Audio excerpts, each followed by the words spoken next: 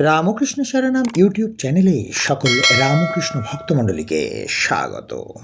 আজকের পাঠের বিষয় স্বামী বিবেকানন্দ বুঝিয়েছেন মানুষের যথার্থ স্বরূপ কী প্রকার।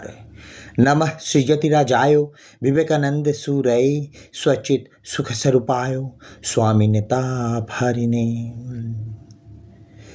একটি আসন্ন প্রসবা সিংহী একবার নিজ শিকার অন্বেষণে বহির্গত হইয়াছিল।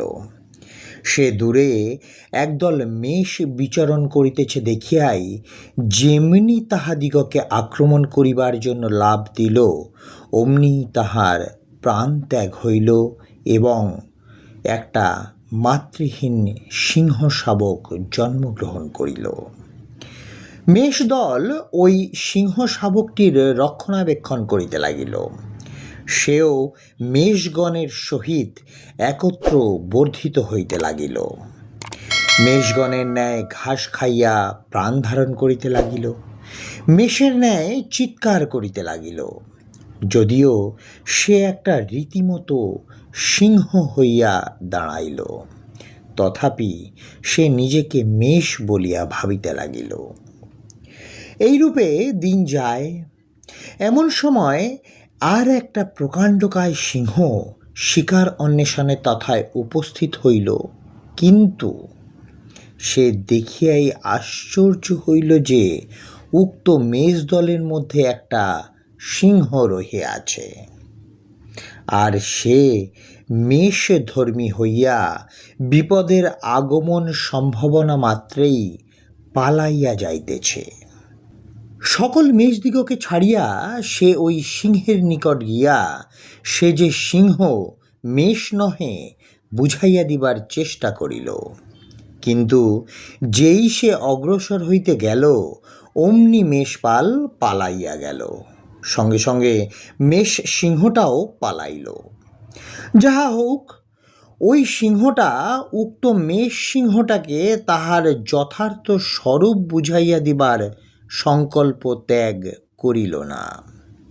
সে ওই মেষ সিংহটি কোথায় থাকে, কি করে লক্ষ্য করিতে লাগিল। একদিন দেখিল সে এক জায়গায় পড়িয়া ঘুমাইতেছে। সে দেখিয়াই তাহার উপর লাফাইয়া পড়িয়া বলিল, ওহে, তুমি মেষপালের সঙ্গে থাকিয়া আপন স্বভাব ভুলিলে কেন? তুমি তো মেষ নও, তুমি যে সিংহ। মেষ সিংহটা বলিয়া উঠিল, কি বলিতেছ? আমি যে মেষ, সিংহ কি রূপে হইব? সে কোনো মতে বিশ্বাস করিবে না যে সে সিংহ, বরং সে মেষের ন্যায় চিৎকার করিতে লাগিল। সিংহ তাহাকে টানিয়া একটি হ্রদের দিকে লইয়া গেল, বলিল, এই দেখো তোমার প্রতিবিম্ব, এই দেখো আমার প্রতিবিম্ব।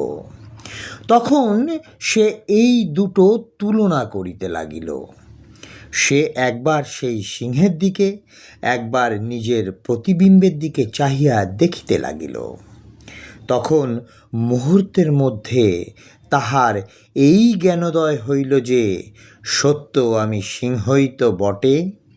তখন সে সিংহের গর্জন করিতে লাগিল।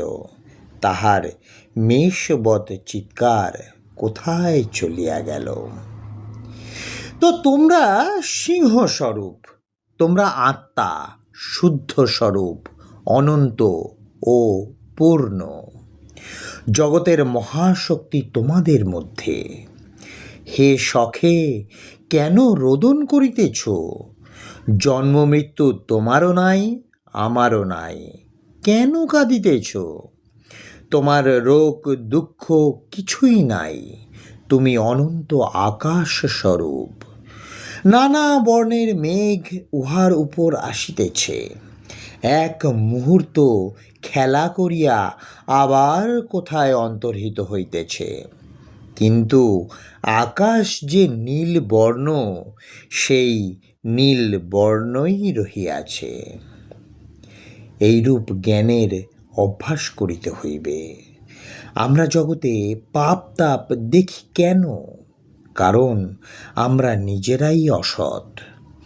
পথের ধারে একটা স্থানু রহিয়াছে, একটা চোর সেই পথ দিয়া যাইতেছিল।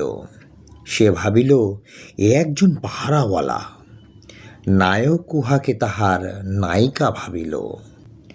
একটা শিশু উহাকে দেখিয়া ভূত মনে করিয়া চিৎকার করিতে লাগিল। ভিন্ন ভিন্ন ব্যক্তি এই রূপে উহাকে ভিন্ন ভিন্ন রূপ দেখিলেও উহা সেই স্থানু ব্যতীত অপর কিছুই ছিল না।